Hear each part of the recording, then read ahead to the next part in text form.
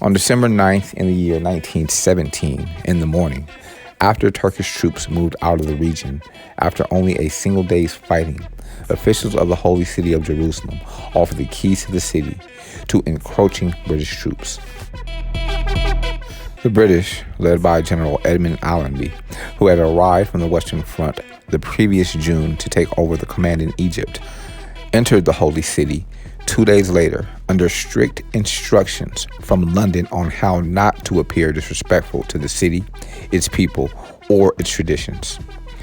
Allenby entered Jerusalem on foot, in deliberate contrast to Kaiser Wilhelm's more flamboyant entrance on horseback in 1898, and no Allied flags were flown over the city, while Muslim troops from India were dispatched to guard the religious landmark, the Dome of the Rock.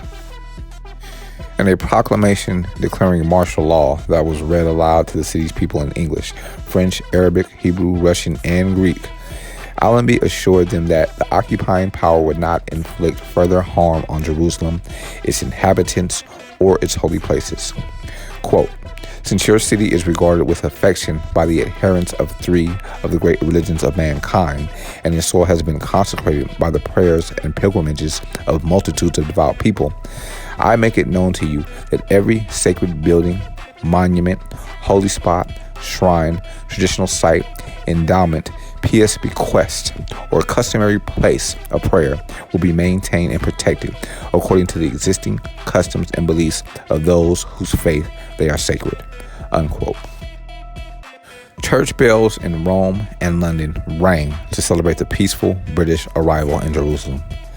Allenby's success, after so much discouragement on the Western Front, elated and inspired Allied supporters everywhere.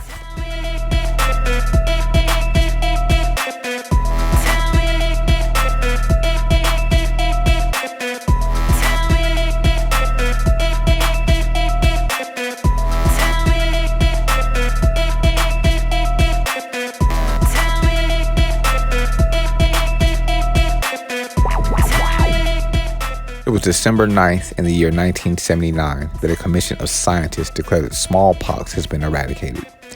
The disease, which carries around a 30% chance of death for those who contract it, is the only infectious disease afflicting humans that has officially been eradicated.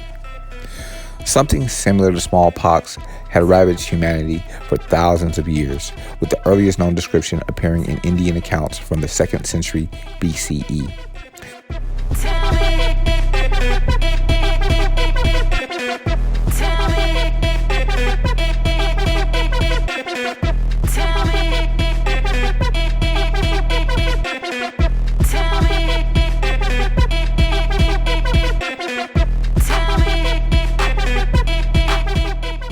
It was believed that the Egyptian pharaoh Ramses V continued his eternity of smallpox in 1145 BCE. However, recent research indicates that the actual smallpox virus may have evolved as late as 1580 CE. A type of inoculation, introducing a small amount of the disease in order to bring on a mild case that results in immunity, was widespread in China by the 16th century.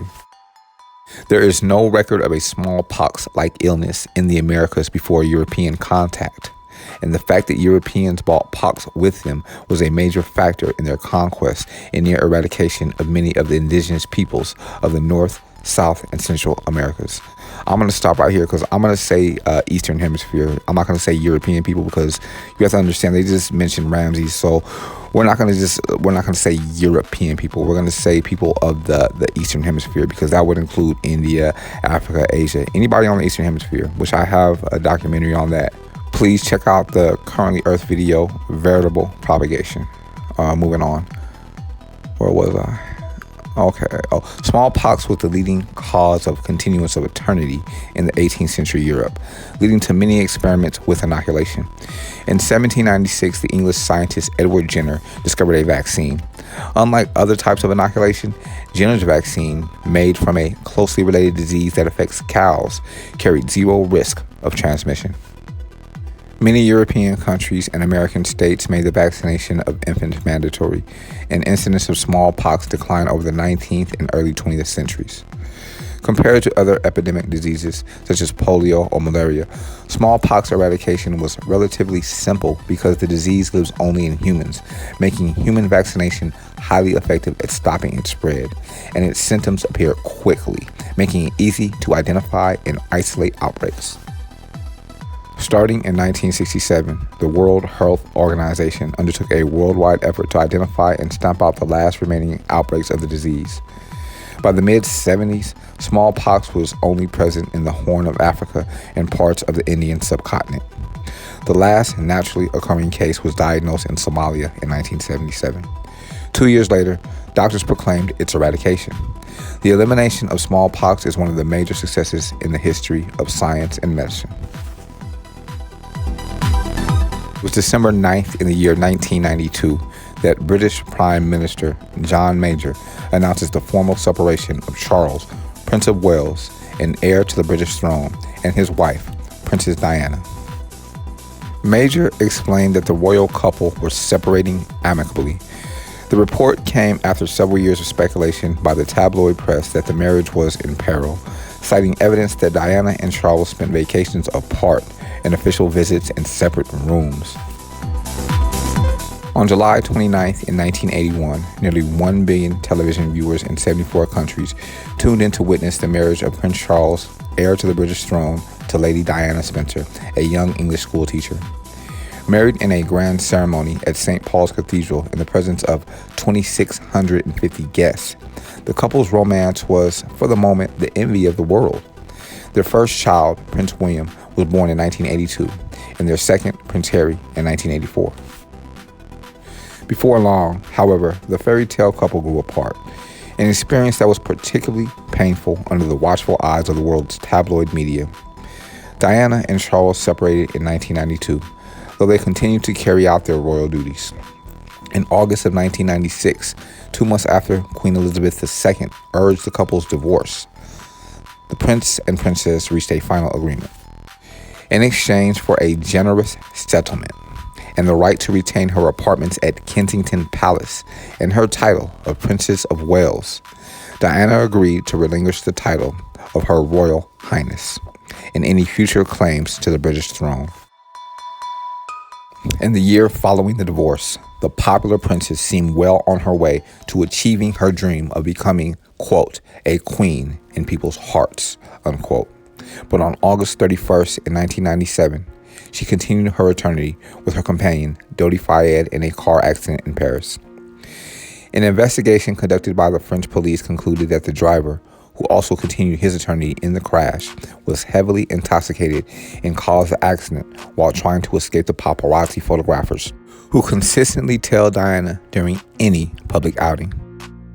Prince Charles later married the Duchess of Cornwall, Camilla Parker Bowles, on April 9th in 2005.